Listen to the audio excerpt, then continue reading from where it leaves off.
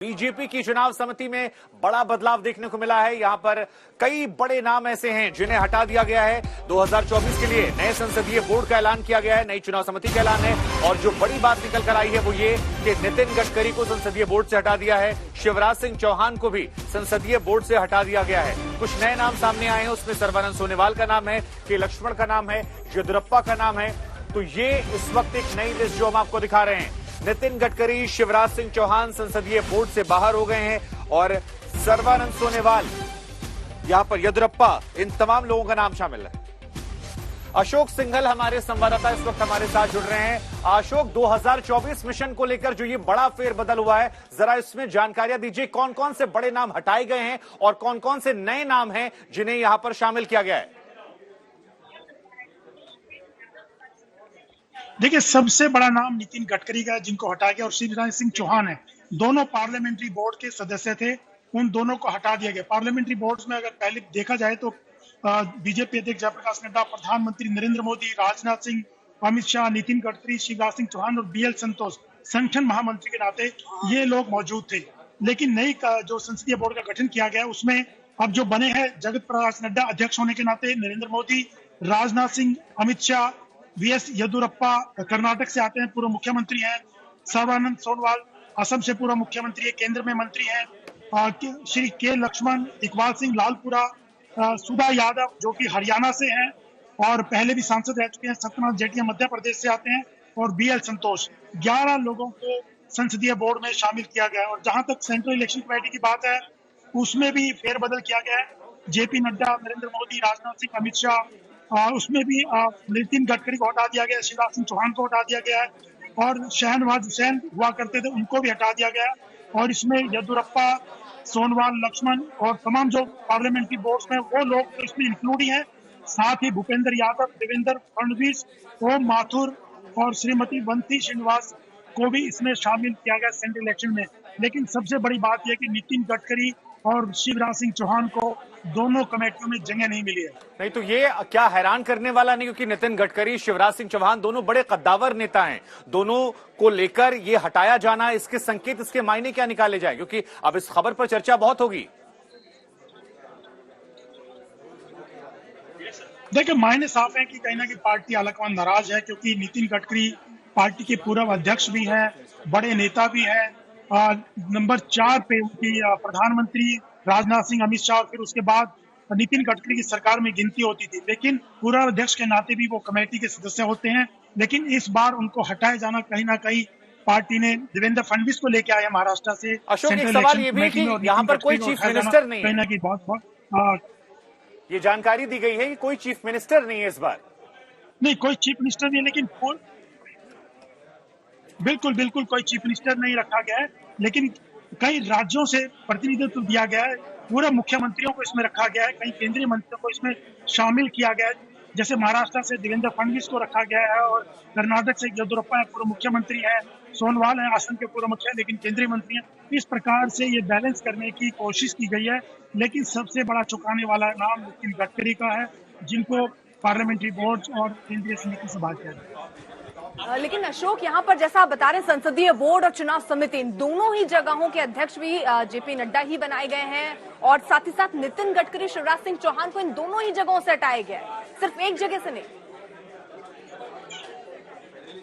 देखिए, जगत प्रकाश नड्डा पार्टी अध्यक्ष होने के नाते वो तमाम कमेटियों के अध्यक्ष होते हैं, क्योंकि ये पार्टी की कमेटी है, चाहे पार्लियामेंट्री बोर्ड हो या सेंट्रल इलेक्शन कमेटी हो, तो दोनों की दोनों कमेटियां पार्टी की होती हैं, और पार्टी अध्यक्ष के नाते वो दोनों पार्टियों के प्रमुख माने जाते हैं, चाहे वो संसदीय बोर्ड हो या सेंट्रल इलेक्शन कमेटी हो।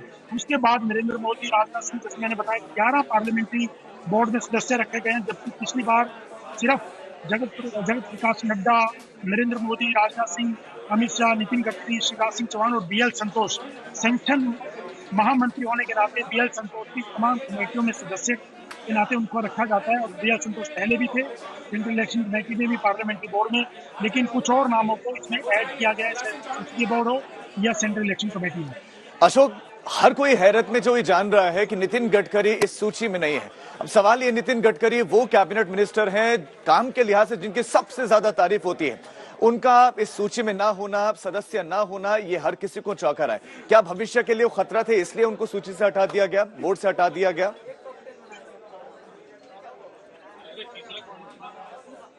देखिए, एक तो बहुत वोकल है वो, पार्टी के भीतर और बाहर अपने हिसाब से बोलते हैं, अपनी बात बेबाकी से रखते हैं, पार्टी प्लेटफॉर्म हो या बाहर भी जो उनको बोलना होता है। तो कहीं ना कहीं पार्टी अलकमान को लगता रहा होगा। हालांकि परफॉर्मेंस जितनी भी सर्वेज आए उसमें नितिन गडकरी नंबर 1 पे माने जाते रहे, लेकिन वोकलनेस की वजह से हो सकता है। लेकिन अभी पार्टी की तरफ से ऐसा कोई बयान नहीं आया कि किस वजह से उनको हटाया गया या शिवराज सिंह चौहान को हटाया गया। लेकिन कहीं ना कहीं बाकी देवेंद्र फडणवीस को महाराष्ट्र से लाकर के कंपनसेट करने की कोशिश की गई है। लेकिन नितिन गडकरी कद्दावर नेता रहे हैं, पार्टी के पूरे अध्यक्ष रहे हैं, तो कहीं ना कहीं कई तरह के सवाल उठ रहे हैं उसको हटाने को लेकर। बिल्कुल अशोक, इस पूरी लिस्ट को और जितने भी नाम इसमें हैं, आप क्या समझते हैं, क्या सोचकर ये लिस्ट बनाई गई?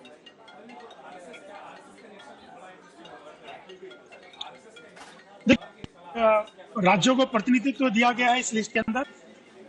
तमाम राज्यों हर कास्ट के लोगों को प्रतिनिधित्व दिया गया है और सीनियर लोगों को रिप्रेजेंटेशन दिया गया है इसके अंदर, चाहे येदियुरप्पा हो, देवेंद्र फडणवीस हो। हालांकि नितिन गडकरी महाराष्ट्र से सबसे बड़े कद्दावर नेता थे, पार्टी के पूर्व अध्यक्ष भी रहे हैं। और आप हरियाणा से सुधा यादव को लाया गया है। तो इस ढंग से तमाम राज्यों से सत्यनारायण जटिया हैं, मध्य प्रदेश से आते हैं। तो तमाम लोगों को बैलेंस करने की कोशिश की गई है राज्यवार और कास्ट इक्वेशन दिखा करके ये पार्लियामेंट्री बोर्ड और सेंट्रल इलेक्शन कमेटी का गठन किया गया। अशोक, शिवराज सिंह चौहान को दोनों जगह से, चुनाव समिति और संसदीय बोर्ड दोनों से हटाए, कोई खास वजह?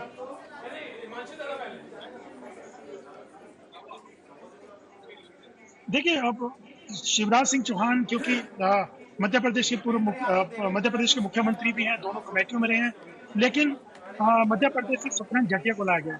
वहां पर अब चुनाव भी है मध्य प्रदेश में और अभी तो थोड़ा समय है, लेकिन पार्टी की तरफ से भी ऐसा कोई कारण नहीं बताया गया कि शिवराज सिंह चौहान को क्यों हटाया गया। लेकिन पार्टी ने शिवराज सिंह चौहान को हटा करके सत्यनारायण जटिया को वहां से सेंट्रल इलेक्शन कमेटी में लाया। लेकिन सत्यनारायण जटिया की अगर बात की जाए तो बहुत समय पहले भी सत्यनारायण जटिया पार्टी के सेंट्रल इलेक्शन कमेटी में हुआ करते थे, लेकिन उसके बाद सेंट्रल इलेक्शन कमेटी और पार्लियामेंट्री बोर्ड का गठन काफी समय से नहीं हुआ था।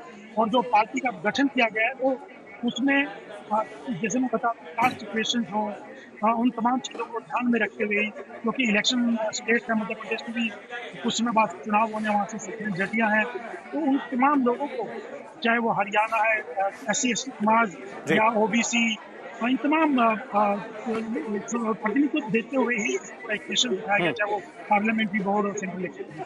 अशोक, कुछ नए लोगों को पहली बार मौका देना, कुछ पुराने लोगों को हटा देना, खासकर लगातार चर्चा हम कर रहे थे नितिन गडकरी, शिवराज सिंह चौहान, उनकी जगह पर नए चेहरों को मौका देना, किस तरह से बैलेंस करने की कोशिश है? क्या पूरा पश्चिम उत्तर दक्षिण का यह ध्यान रखा गया है? और साथ ही कोई भी स्टेटमेंट, कोई भी प्रतिक्रिया किसी भी नेता की तरफ से आई है क्या इसको लेकर?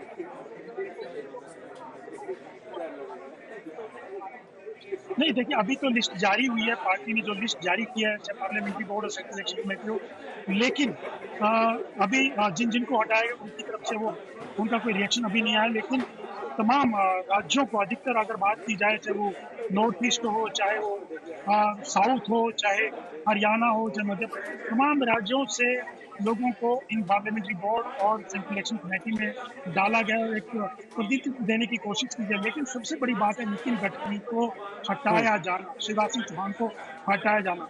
तो इसको लेके तमाम सवाल हैं कि क्या वजह रही होगी, जबकि नितिन गडकरी और शिवराज सिंह चौहान को लेकर अशोक, देश में डेवलपमेंट का एक अभी लगातार जो है वो दायरा बढ़ता चला जा रहा है। सड़कों की अगर बात कर ले तो जाल फैलता जा रहा है और ministry of road transport, highways, सब कुछ इनके पास है और ऐसे में संसदीय बोर्ड से हटाना कहीं नितिन गडकरी को नाराज ना करे और उनके समर्थकों को।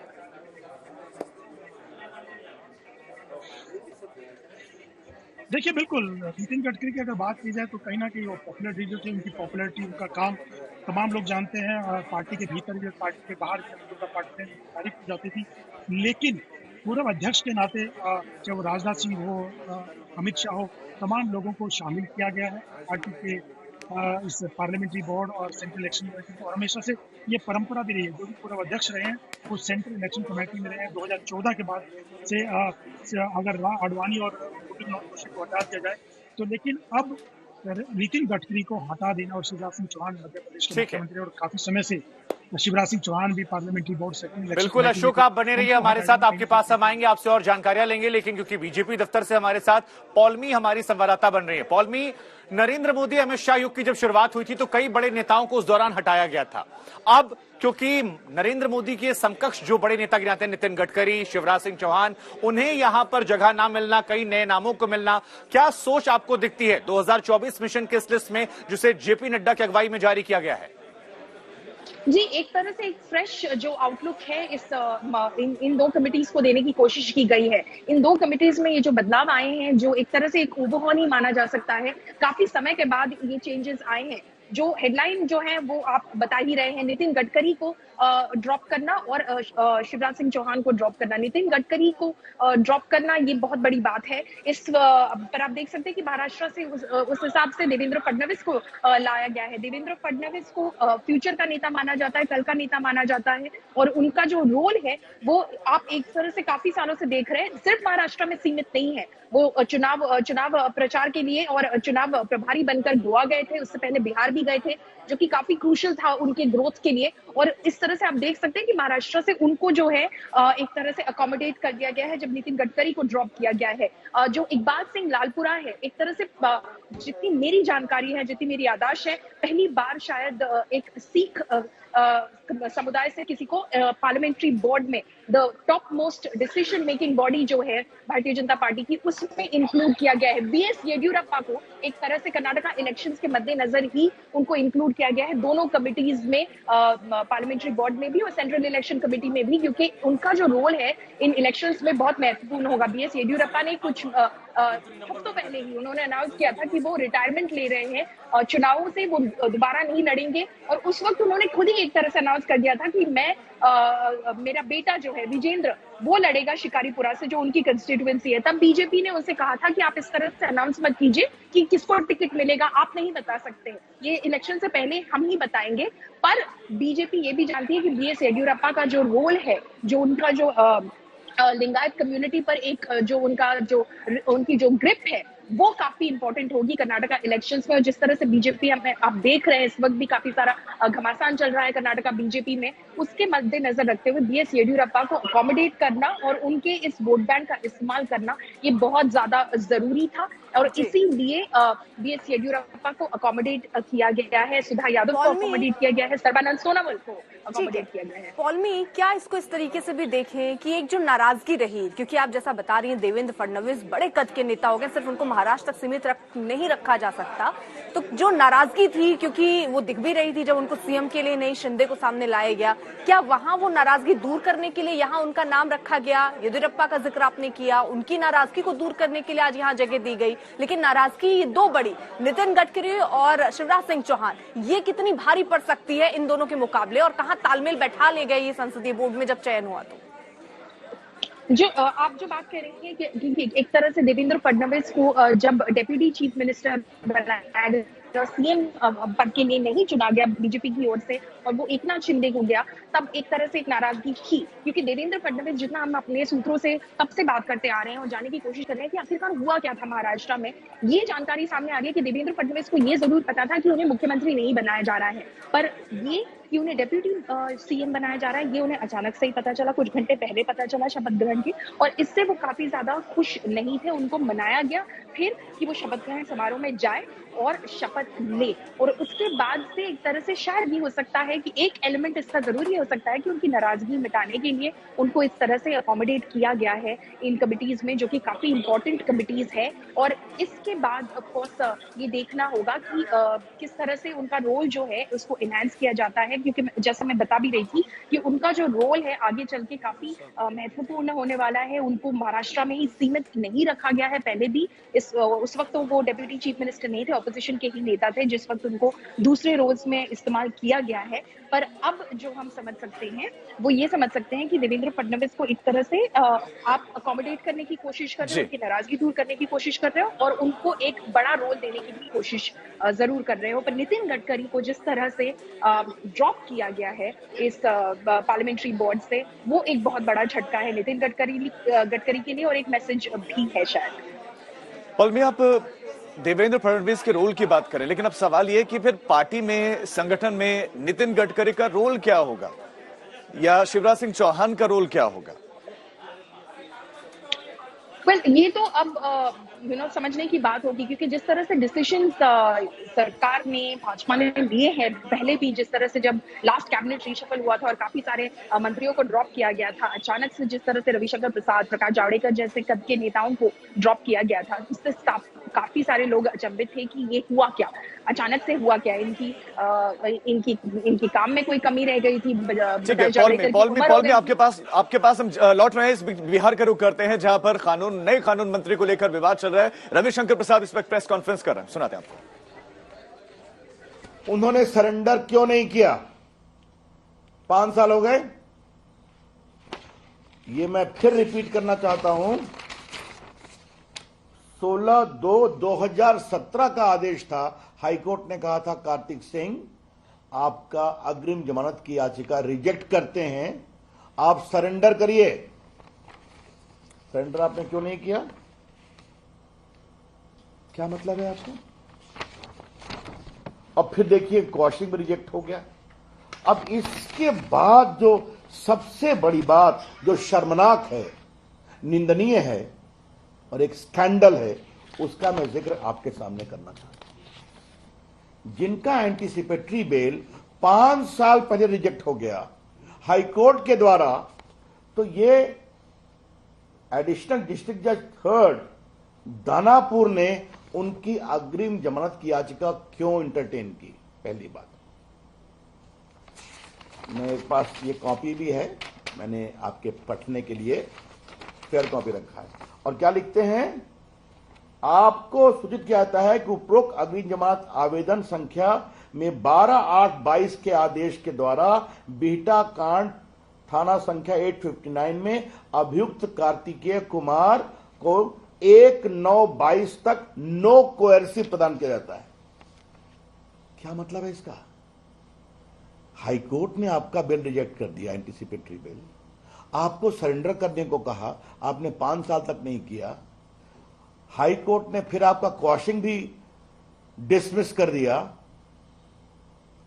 तो ये एक एडिशनल डिस्ट्रिक्ट जज ने कैसे आपका एंटीसिपेटरी बिल इंटरटेन किया, ये मैं सवाल उठाना चाहता हूं। मुझे बताया गया है कि यह आदेश कोर्ट के साइट पर अवेलेबल नहीं है। लेकिन फिर मैं बड़ा सवाल उठाना चाहता हूं। नीतीश कुमार जी, आपके कानून मंत्री कोर्ट की प्रक्रिया से खिलवाड़ कर रहे हैं। उनका एंटीसिपेटरी बेल पटना हाईकोर्ट के द्वारा 2017 के फरवरी में, आज से 5 साल पहले से अधिक, रिजेक्ट कर दिया गया। वो सरेंडर नहीं करते हैं। उनका क्वाशिंग एप्लीकेशन भी पटना हाईकोर्ट ने रिजेक्ट कर दिया। तो फिर ये 12/8 को यह आदेश आता कहां से? ये इसलिए आया कि उनका मामला हो गया था मंत्री बनने का, और उनको 16 अगस्त को सरेंडर करना था। तो मंत्री कैसे बनते? तो 16 अगस्त सरेंडर नहीं किया, तो उन्होंने ये एक ऐसा आदेश दिखाया है जो गैर कानूनी है, नल एंड वॉइड है। और मेरी अपेक्षा होगी पटना हाईकोर्ट से, बहुत विनम्रता से इस मामले की जांच कराई जाए कि जब पटना हाईकोर्ट के 2 माननीय न्यायमूर्तियों ने 2017 में इनके एंटीसिपेटरी को रिजेक्ट कर दिया और कहा कि आप सरेंडर करिए, और बाद में इनके क्वाशिंग एप्लीकेशन को सरेंडर रिजेक्ट कर दिया, और 17 में हाईकोर्ट ने साफ कहा कि विक्टिम ने कहा है कि उनकी किडनैपिंग में कार्तिकेय सिंह की बहुत बड़ी भूमिका है, महत्वपूर्ण। और ये केस बहुत गंभीर है अपहरण का, जिसमें आपको आजीवन कारावास या कम से कम 10 साल की सजा होती है, तो आप सरेंडर नहीं करते हैं। और बाद में आप एडीजे का एक लेकर के आदेश आते हैं। मैं पटना हाईकोर्ट से अपेक्षा करूंगा कि इस एडीजे के खिलाफ कार्रवाई की जाए। अनुशासनहीनता की, न्यायिक प्रक्रिया के साथ खिलवाड़ करने की। Would expect the Honorable Patna High Court to take a serious notice of this glaring lapse of an additional district judge who has sought to sit in judgment over the orders of Patna High Court, rejecting his anticipatory bail 5 years ago, and also the quashing application about quashing of the charge of kidnapping. ये है स्थिति। नीतीश कुमार जी, मैं आपसे उम्मीद करूंगा कि थोड़ी तो हिम्मत दिखाइए। भाजपा का साथ छोड़ने में तो आप बड़ी जल्दी हिम्मत दिखा देते हैं बिना बताए, और एकाएक ये क्या हो गया, क्यों हुआ, कैसे हुआ? तो अब सत्ता में रहने के लिए अब आप कॉम्प्रोमाइज कर रहे हैं और अपने को सुशासन बाबू कहते हैं। आज बहुत पीड़ादायक है। मैं भर्त्सना करता हूं और मैं अपेक्षा करूंगा कि कार्तिकेय सिंह को तुरंत सैक किया जाए, और उन्होंने गलत बयानी किया, सरेंडर नहीं किया, उनके खिलाफ बाकी कानूनी कार्रवाई की जाए। और मैं रिपीट करूंगा, हमारी अपेक्षा होगी कि माननीय पटना उच्च न्यायालय इस बात की जरूर जांच कराए कि उनके स्पष्ट आदेश के बाद एक दानापुर का एडिशनल डिस्ट्रिक्ट जज इतनी हिम्मत कैसे दिखाया कि उसने उनको कर दिया एंटीसिपेटरी बेल में no coercive action. High court के ऊपर तो नहीं है ना, ये बहुत गंभीर विषय है। और उस जुडिशियल ऑफिसर एडीजे 3 दानापुर के खिलाफ गंभीर विभागीय अनुशासनहीनता की कार्रवाई होनी चाहिए। तो ये विषय हुआ कार्तिकेय जी का। आज हम 2 किस्तों में आस्ते आस्ते और दिखाएंगे। ये हैं सुरेंद्र यादव जी, दूसरे मंत्री। इनके भी लास्ट इलेक्शन का भी मैं बेलागंज से ये लड़े हैं, तो लास्ट इलेक्शन में देखिए इनके खिलाफ क्या क्या आरोप है। धारा 307 अटेम्प्ट टू मर्डर, बाकी अपराध का संक्षिप्त विवरण क्या है, बाल यौन अपराध, यह भी लिखा हुआ, चाइल्ड सेक्सुअल अब्यूज, और बाकी मारपीट भी है। अब उन्होंने कह दिया मारपीट 307 मारपीट नहीं होती, अटेम्प्ट टू मर्डर होता है। तो नीतीश बाबू, ये कौन सा बिहार में आप सुशासन ला रहे हैं? मैं बड़े गंभीरता से आपसे सवाल पूछ रहा हूं। मेरा वो प्रांत है, भाजपा और जदयू नीतीश जी साथ आए थे बिहार को अपराध, खौफ और जंगल राज से मुक्त करने के लिए, और अभी आपको 1 हफ्ता नहीं गुजरा, कमाल का बिहार में संकेत दे रहे हैं। यह बहुत दुर्भाग्यपूर्ण है, पीड़ादायक है, और भाजपा इसके खिलाफ जबरदस्त संघर्ष करेगी। हम पूरी विनम्रता से कहना चाहते हैं, नीतीश कुमार जी आरजेडी के सामने झुक गए, नीतीश कुमार जी आरजेडी के सामने दब गए, और अगर उनकी इच्छा है कि वो भारत के प्रधानमंत्री बनने का ख्वाब देखते हैं, तो ये कौन सा ख्वाब दिखा रहे हैं आप, ये भी देश देखना चाहता है।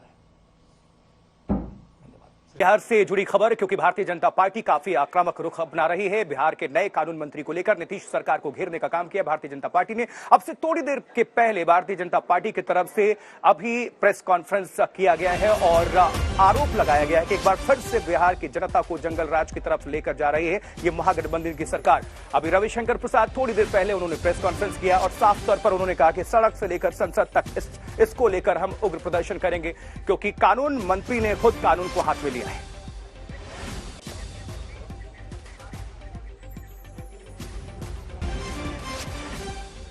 लेकिन फिर मैं बड़ा सवाल उठाना चाहता हूं, नीतीश कुमार जी, आपके कानून मंत्री कोर्ट की प्रक्रिया से खिलवाड़ कर रहे हैं।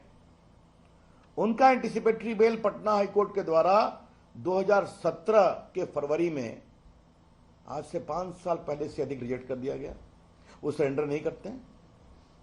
उनका क्वाशिंग एप्लीकेशन भी हाईकोर्ट, पटना हाईकोर्ट ने रिजेक्ट कर दिया।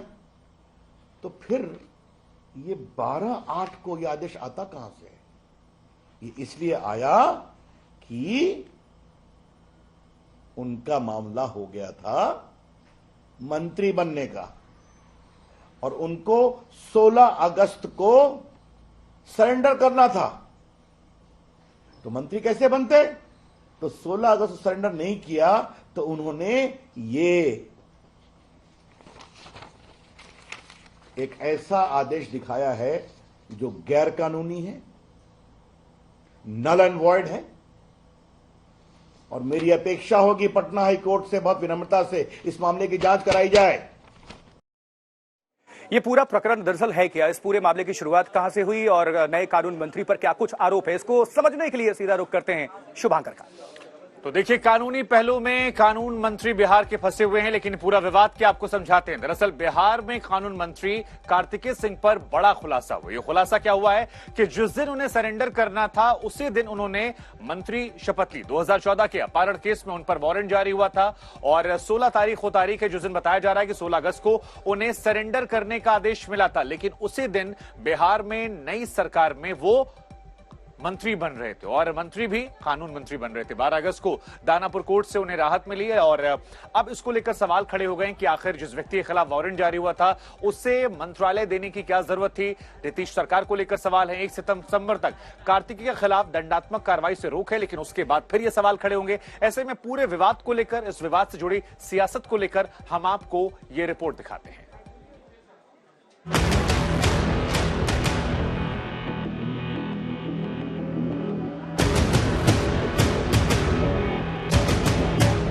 सिर्फ 2 दिन बीते हैं जब नीतीश कुमार ने अपने मंत्रिमंडल का विस्तार किया और 31 विधायकों को मंत्री बनाया। आरजेडी के एमएलसी कार्तिकेय सिंह ने भी मंत्री पद की शपथ ली। मंत्री पद की शपथ लेने के फौरन बाद नीतीश कुमार ने कार्तिकेय सिंह को कानून मंत्रालय की जिम्मेदारी सौंप दी। लेकिन अब बिहार के कानून मंत्री पर कानून को ठेंगा दिखाने का आरोप है। जी हाँ, कार्तिकेय सिंह पर 2014 में राजीव रंजन नाम के शख्स के अपहरण का आरोप है। जारी वारंट के मुताबिक उन्हें 16 अगस्त को कोर्ट में पेश होना था, लेकिन उससे पहले 12 अगस्त को दानापुर कोर्ट ने उन्हें राहत दे दी। उन पर वारंट जारी हुआ है सर कार्तिकेय पे? नहीं, वो नहीं पता, इसके बारे में जानकारी हमको सर बीजेपी लेकिन बीजेपी ये मानने के लिए तैयार नहीं है कि उन्हें कार्तिकेय सिंह के बारे में कोई जानकारी नहीं थी। केवल ये जानना चाह रहे हैं कि जिस व्यक्ति पर कोर्ट ने वारंट निर्गत किया था, जिनको 16 अगस्त को कोर्ट में सरेंडर करना था, तो सरेंडर करने के बजाय वो राजभवन कैसे पहुंच गए और उनको आपने शपथ कैसे दिलवा दिया, आपने ऐसे व्यक्ति का नाम रेकमेंड कैसे किया। क्योंकि जब किसी को मंत्री बनाते हैं तो पुलिस वेरिफिकेशन होता है, पुलिस की पूरी रिपोर्ट मंगाई जाती है। तो क्या पुलिस वेरिफिकेशन के अंदर रिपोर्ट नहीं आई कि कार्तिकेय सिंह कौन है, उन पर किडनैपिंग का मुकदमा दर्ज है? अब आपके लिए ये जानना जरूरी होगा कि आखिर कार्तिकेय सिंह किस सियासी मजबूरी का नाम है जिन्हें नीतीश इग्नोर नहीं कर पाए। कार्तिकेय सिंह बाहुबली अनंत सिंह के बेहद करीबी माने जाते हैं। कहते हैं जेल में रहते अनंत सिंह का सारा कामकाज कार्तिकेय सिंह देखा करते थे। जेल में रहते अनंत सिंह ने कार्तिकेय सिंह को विधान पार्षद का चुनाव जितवाया।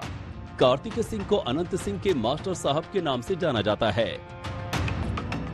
अब जिस कार्तिकेय सिंह की जीत की गारंटी अनंत सिंह ने जेल में रहते हुए ली थी, उनके कद को तेजस्वी यादव कैसे नजरअंदाज कर सकते हैं। जब तेजस्वी ने कार्तिकेय का नाम फाइनल किया तो भला नीतीश के पास इतनी सियासी मजबूती कहां कि वो मना कर देते। कार्तिकेय ने बड़े आराम से कोर्ट और कानून के आदेशों को नजरअंदाज किया और बन गए कानून मंत्री। अब सवाल ये है कि क्या नीतीश कुमार कार्तिकेय सिंह को मंत्रिमंडल से बाहर का रास्ता दिखाएंगे? ये क्या कानून मंत्री ये कह रहा है कि वारंट अगर है तो उसका जवाब देंगे, कानून क्या जवाब देंगे? आपको तो सरेंडर करना था ना। अपने सरेंडर के डेट के पहले कोर्ट में जाकर उसको स्टे कराया होता। ठीक है, आप पर वारंट निकला, आप कोर्ट गए और आपने कोर्ट ने कहा कि कोई भी कोर्सिव एक्शन मत लीजिए, तो ऐसा तो नहीं हुआ है। तो वारंट है कि नहीं है बता दें, या वो वारंट है कि नहीं है, ये फर्जी कागज है, क्या सारे चैनल इसको दिखा रहे हैं? तो इसलिए नीतीश जी अब ऐसे लोगों को रोक नहीं पाएंगे। नीतीश कुमार पर पहले से ही दागियों को मंत्री बनाने के आरोप लग रहे थे, लेकिन कानून मंत्री को लेकर जो विवाद खड़ा हुआ है वो जल्दी सुशासन बाबू का पीछा नहीं छोड़ने वाला। सुजीत झा, पटना, आज तक। इससे पहले आलम ये था कि नीतीश को अगर ये पता चल रहा है कि कोई दागी नेता है और शपथ ले रहा है तो तुरंत उसका इस्तीफा हो जाया करता था, लेकिन यहाँ पर दाव इसलिए फंसा हुआ है क्योंकि ये आरजेडी के कोटे से मंत्री बने हैं। तो क्या नीतीश ये कहेंगे या आरजेडी वाले मान जाएंगे, और कितनी किरकिरी होती है सरकार की, ये भी देखना होगा। जैसे ही बिहार के नए मंत्रियों के नाम सामने आए और 31 विधायकों ने मंत्री पद की शपथ ली, बीजेपी ने बिहार के सुशासन बाबू से सवाल पूछ लिए। मंत्रिमंडल में दागियों की भरमार क्यों कर दी? कहीं ये फिर से जंगल राज की शुरुआत तो नहीं? तो नीतीश जी, आपको अविलंब ऐसे लोगों को बर्खास्त करना चाहिए। और ये तो एक बानगी है केवल कार्तिकेय सिंह की, उनके मंत्रिमंडल में और कई बाहुबली हैं। वो चाहे रामानंद यादव हो, चाहे सुरेंद्र यादव हो, चाहे ललित यादव हो, और भी लोग, अब चंद्रशेखर जिनको शिक्षा मंत्री बनाया, 20 कारतूस के साथ 2 साल पहले दिल्ली हवाई अड्डे पर उनको पकड़ा गया था। तो नीतीश जी, आपने ऐसे लोगों की भरमार कर दिया मंत्री परिषद में, जिससे लोगों को लगता है कि फिर कहीं बिहार लालू के दौर में लौट करना चला जाए। आइए अब देखते हैं कि आंकड़े क्या कह रहे हैं। बिहार के 33 में से 33.33% मंत्री पर मुकदमे चल रहे हैं, यानी नीतीश कुमार के मंत्रिमंडल के 1/3 मंत्री दागी हैं। 13 कैबिनेट मंत्रियों पर गंभीर आपराधिक केस हैं। बिहार में सबसे ज्यादा मंत्री आरजेडी कोटे से हैं, तो जाहिर है सबसे ज्यादा दागी भी आरजेडी के हैं। बिहार के डिप्टी सीएम तेजस्वी यादव पर 11 मुकदमे दर्ज हैं। तेजस्वी के बड़े भाई तेज प्रताप यादव पर 4 मामले हैं। आरजेडी के सुरेंद्र यादव पर 9 मामले दर्ज हैं। रामानंद यादव पर 4 मामले दर्ज हैं। जेडीयू कोटे वाले मंत्री भी दूध के धुले नहीं हैं।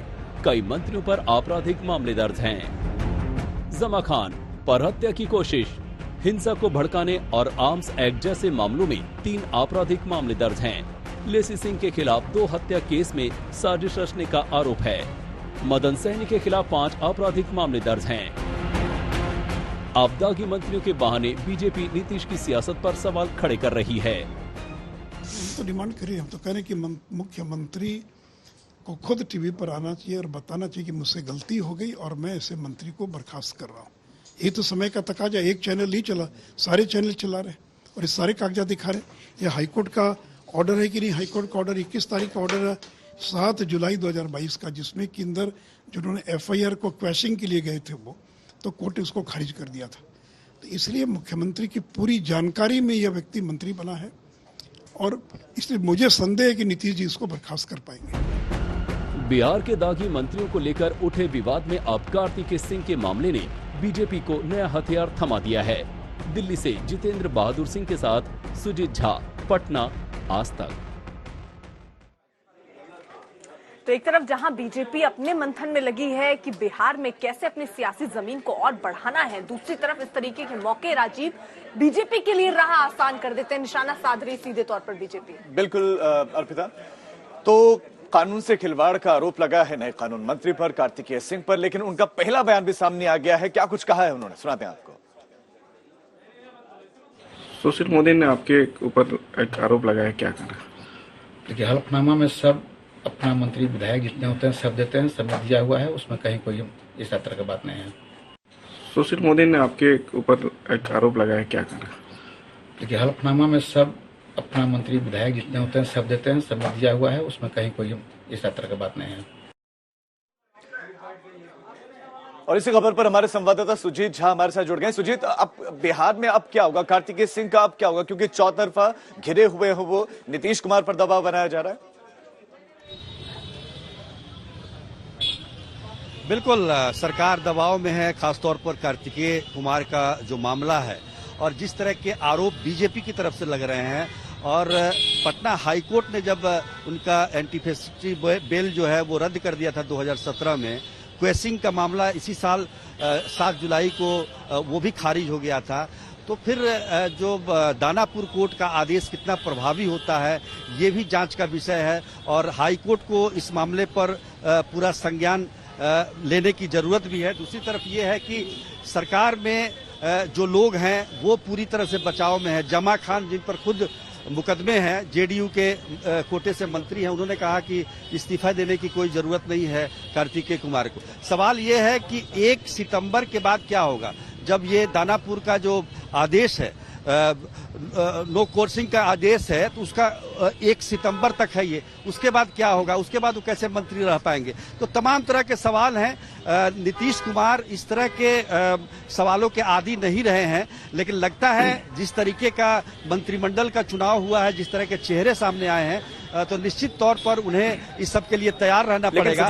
और सुजीत, कहीं ना कहीं जो भी अगर जेडीयू और गठबंधन की सरकार की बात कर लें तो काफी दबाव होगा नीतीश कुमार पर, और इसका प्रेशर है, क्योंकि भारतीय जनता पार्टी ने तो साफ तौर पर कह दिया है कि इस मुद्दे को हम छोड़ने वाले नहीं हैं, क्योंकि एक बार फिर से जंगल राज की तरफ ले जाने की कोशिश है बिहार वासियों को। जब कानून मंत्री ही कानून हाथ में लेंगे तो कैसे चलेगा।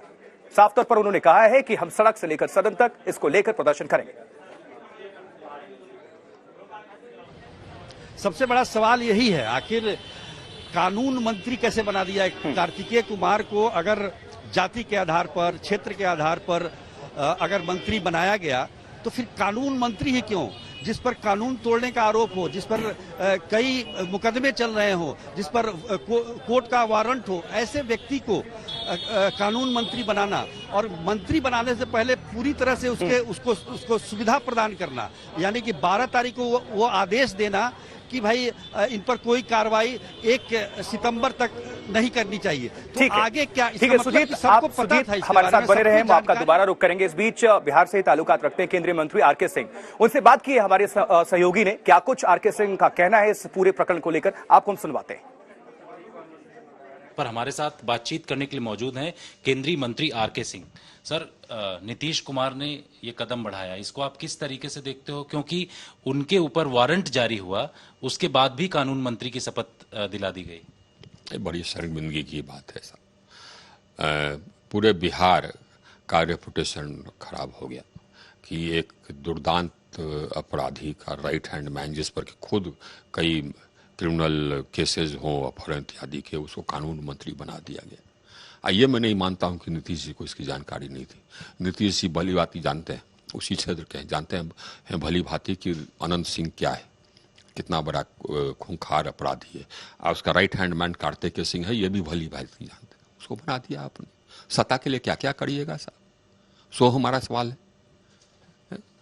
आपने संविधान की शपथ ली है कानून व्यवस्था को अपहोल्ड करने के लिए, और क्रिमिनल को आप मंत्री बना रहे हैं। ये शर्म की बात है साहब, एकदम बिल्कुल शर्म की बात है। नीतीश कुमार से जब सवाल किया गया तो उन्होंने कहा कि हमें इस बारे में जानकारी नहीं।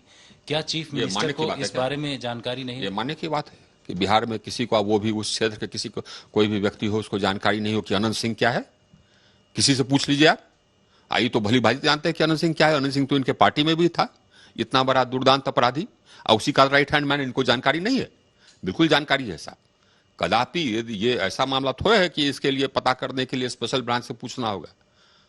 सबको जानकारी है, उनको भी जानकारी।